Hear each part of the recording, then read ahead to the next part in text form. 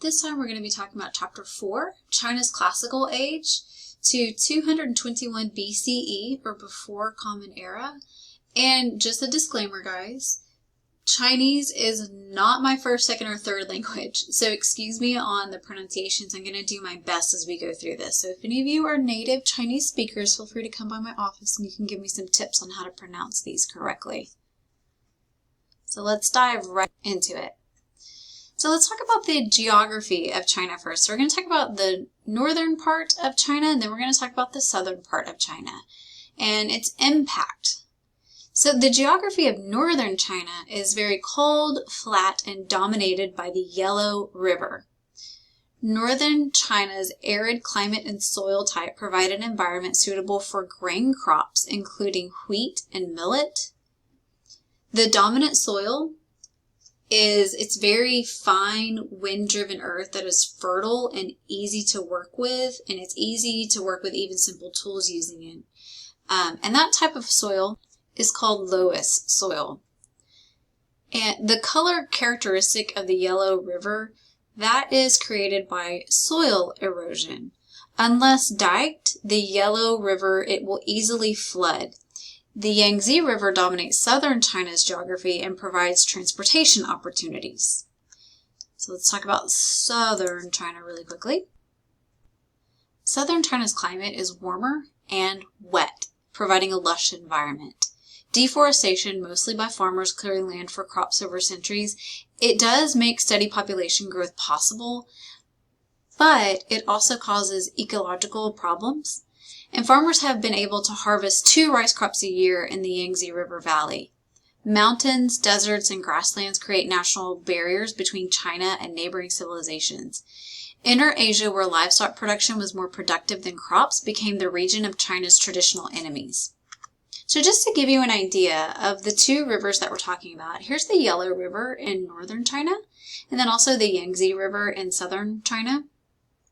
And you'll notice here, this is that fertile loess soil. And then the winter monsoon winds and the summer monsoon winds. Kind of, not exactly like India, but kind of the same monsoon winds that we see when we were looking at pictures of India from Chapter 3.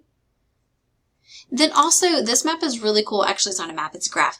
But it charts out the wet and the dry monsoons. This is over the years are up here, so between the year 200 all the way to 2000. And then in the background here, it's showing you again the wet and dry seasons. And this is talking about in red, these are the temperatures in the northern hemisphere. And then the Alpine Glacier, as it gets smaller and bigger, right through here. But also I want you to notice the fall of dynasties, the fall and demise, the fall of the Tang Dynasty, and some of these dynasties, look at what's going on. It's a dry season, a period of drought probably coincided with the collapse of some of these dynasties. Okay, let's talk about early agricultural societies of the Neolithic age. So from about 9000 BCE, agriculture was practiced in China, and by 5000 BCE, Neolithic settlements had developed. Millet was grown in the north, rice was produced in the south, and both areas raised pigs, cattle, and other domesticated animals. Then by 3000 BCE, about 5,000 years ago, sheep production increased in the north, while water buffalo became important in southern China.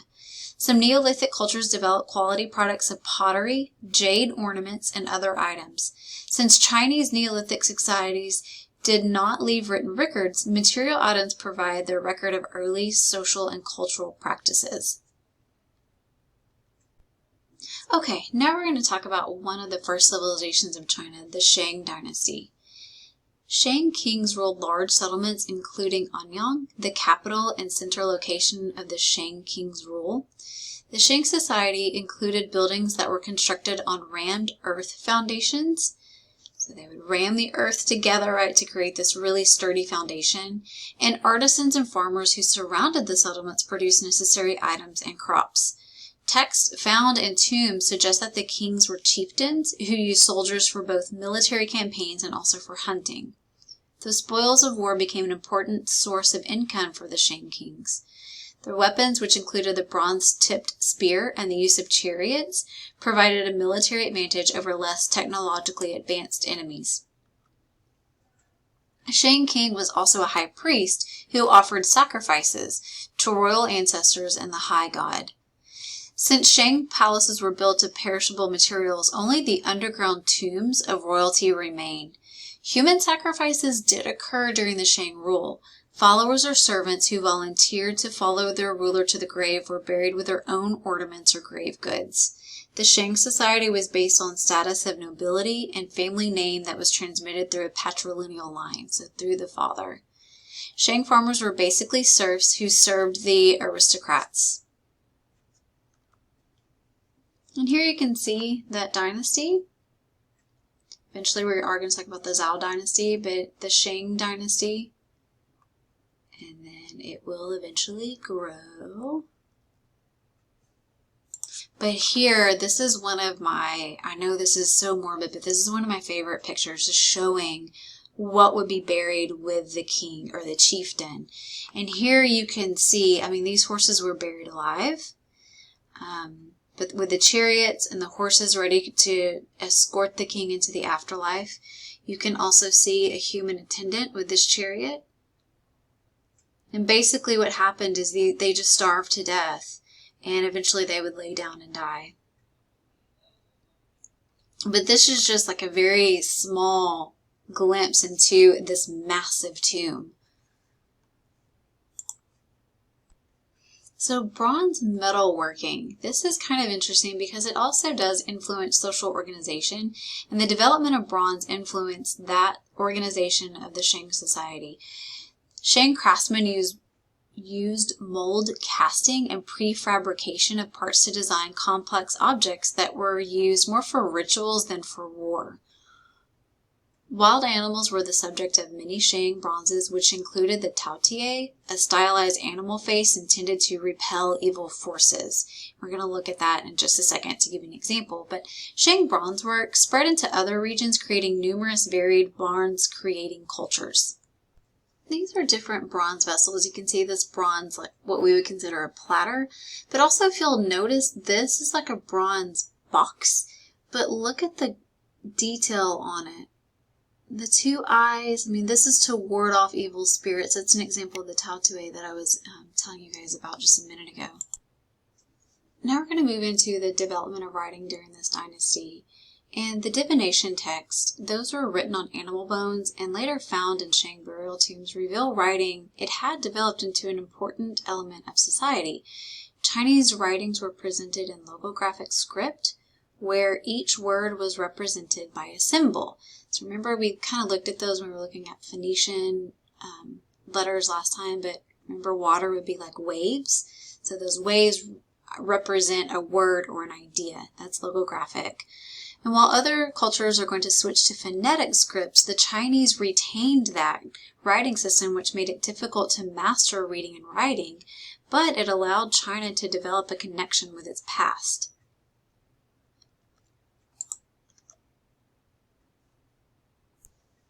Okay, now we're going to move into the early Zhou dynasty. And the Zhou period is the first era to include transmitted text, including the Book of Documents that describes Zhou conquest of the Shang and the victory of just and noble warriors over decadent courtiers led by an irresponsible and sadistic king. So there's a lot of hidden text there. Basically, when the Zhou took over, they said, well, this was like divine intervention because the Shang, they were sadistic, they were backwards, they needed someone of higher morality to come in and take over. So they justify kind of overthrowing the dynasty before them in the Book of Documents. And it identified the connection and relationship between heaven and guess whom? The Zhou ruler. Heaven provided the king, called the Son of Heaven, with a mandate to rule as long as he rules in the interest of the population, which is identified as the mandate of heaven. In an effort to control their large territory, though, Zhou rulers developed a feudal system that established walled garrisons governed by relatives and other trusted officials. The feudal system eventually created nearly 200 lords with large dominions, leading the king to fear insubordination of regional powerful vassals. So, if you are a lord of the land and you can take over more and more land, like you defeat other lords, then yeah, you would be a formidable foe against the king. And that's what the king is worried about, these lords having too much power. So disorganization followed an assassination of a Zhao king in 771 BCE by non-Chinese and Zhao nobility, leading into a period of constant conflict known as the Warring Period. Here's a jade disc, just showing you like how intricate and detailed the artisanship is. Alright, so we're going to talk about the early Zhao dynasty and life during that period. So the early Zhao dynasty included a strong sense of aristocratic privileges and hereditary status. Lower levels of Chinese aristocracy, known as the Shi, were allowed to serve either in military or in civil capacities. Zhao's social life was documented in the Book of Songs. It was about 900 BCE when that was written, and it contained a collection of China's earliest poetry, hymns, used in court religious ceremonies and in folk songs. Zhao farming life included cultivated crops along with traditional hunting and gathering techniques. The practice of using concubines, it created the basis for a distrust of women in politics. So you're not going to see a lot of women in politics. Now, there is an exception. Every once in a while, we're going to talk about some of those exceptions. But the acceptance of concubines among legal wives created a rivalry of favored sons and inheritance rights, because wives were above concubines, but the sons of wives and the sons of concubines were treated as equal. By 500 BCE, cities began appearing in northern China, leading to some rivalries within the aristocracy, within the nobility, and military sieges. Economic expansion increased with the development of iron technologies, improvement in farming tools, and weapon production. Later, Zhao trade began to cross borders and import furs, copper, horses, and many other important necessities. Trade also allowed for upward social mobility, inviting competition among the aristocracy.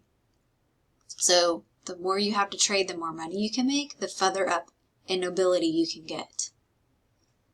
Funeral practices of burying the living with the dead began to decline by the middle of the Zhao period. However, one Zhao ruler who died in 433 BCE buried his female musicians with him. New deities and cults emerged, especially in the southern state. And that southern state of Shu, it expanded rapidly in the Yangtze Valley, defeating and absorbing small states, and eventually the old saints of Wu and Yu. By the late Zhao period, Shu was on the forefront of cultivating innovation and produced the greatest literary masterpieces of the era. The Songs of Shu, a collection of fantastical poems full of images and elusive deities and shamans from the spirit world.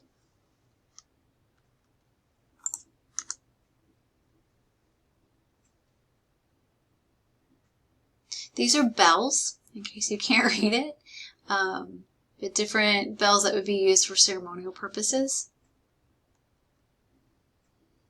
This is on a coffin. This is some painting that was done on a coffin. Okay, the Warring States period. So remember, after the fall of some of these dynasties, we're going to go after the Zhao dynasty, we're going to go into some warring states. So, and we're also going to see a development of new technologies for war, and one of those is the crossbow. This is a very powerful mechanical bow, and it was developed around 350 BCE, and it became an important weapon for foot soldiers by allowing the soldier to shoot at a greater distance. Due to the lethal accuracy of it, soldiers began to wear armor and helmets made of leather and iron. Cavalry reduced the need for chariots, making the horse an important part of the military. Improved military techniques made commoners and craftsmen central to military success, so rulers attempted to increase their agricultural output. They brought new land into cultivation, drained marshes, and dug irrigation channels. Rulers began to switch from really those nobility in the military as leaders and began military training, creating a new type of general. Sun Tzu focused military training with a new outlook for waging war in a really famous book, even to Western culture, The Art of War. He argued that heroism is a useless virtue, but discipline is essential, and he insisted that the entire army had to be trained to follow the orders of its commanders without questioning them. So you're going to see here like the Qin Empire, but also these other empires as they are starting to break up, and these are going to be the warring states, right, that we're going to get into a little bit more here. Some crossbow components, just some more pictures for you. So states outside of the Zhou dominion had more room to expand, making alliances between various states very fragile. By the 3rd century BCE, there were only 7 important states remaining, and all were more centralized than the earlier Zhou predecessors. State vassals were replaced by the royal officials who controlled the territory through the transmission of documents. By the end of the 3rd century, Qin would have conquered all the other states.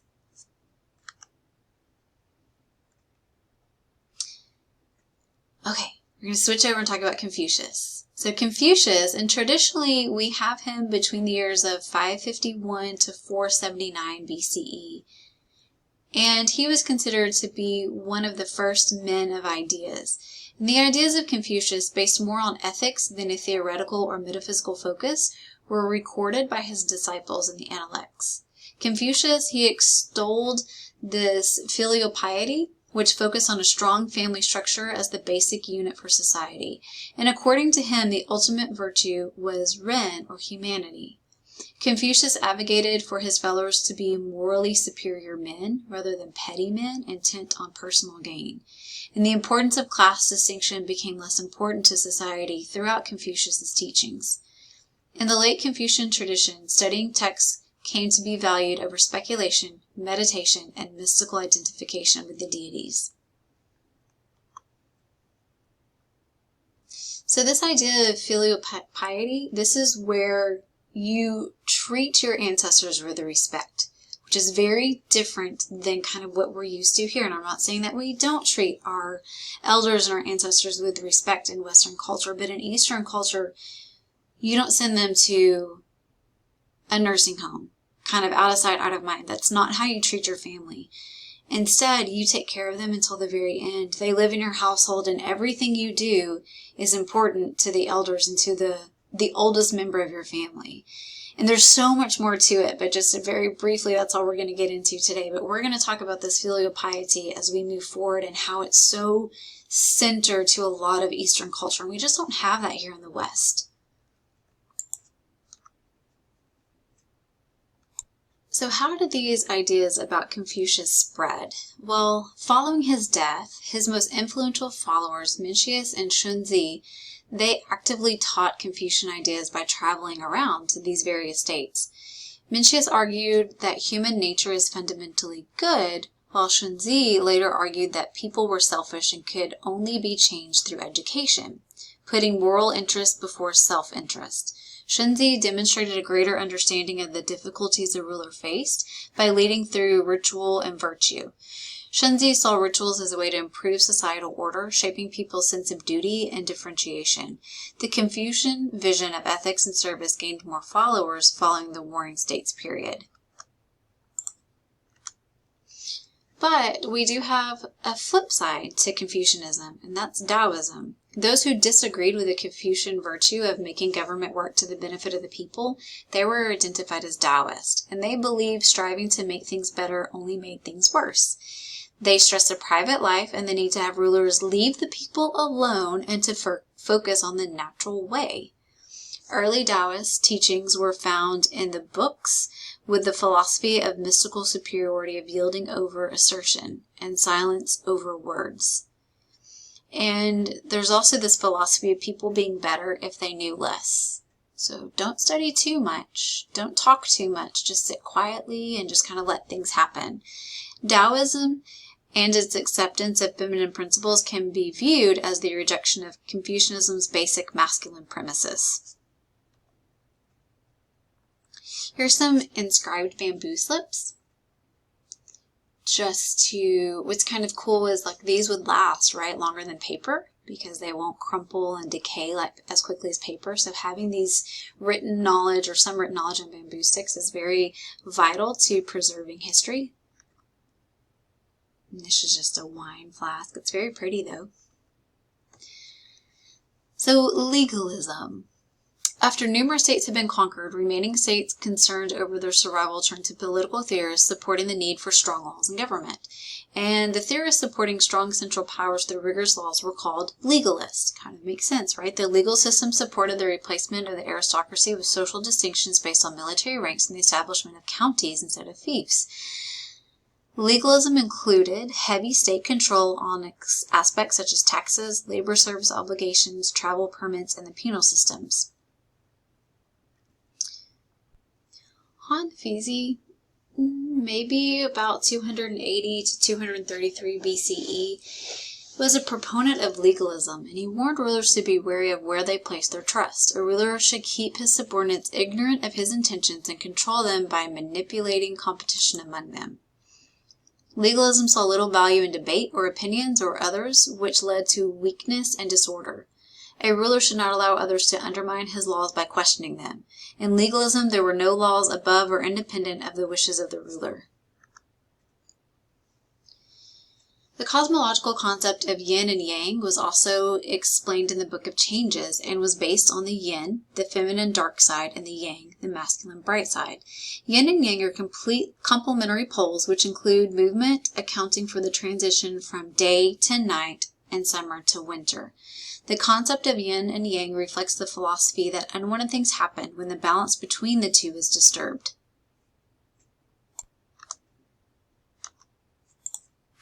So just a quick summary for you of the chapter. So we go through several thousand years of Neolithic cultures. Bronze Age civilization had developed in China with cities, writing, and sharp social distinctions. We have our first dynasty, the Shang, and they led armies and prescribed sacrifices to the high god Di and royal ancestors.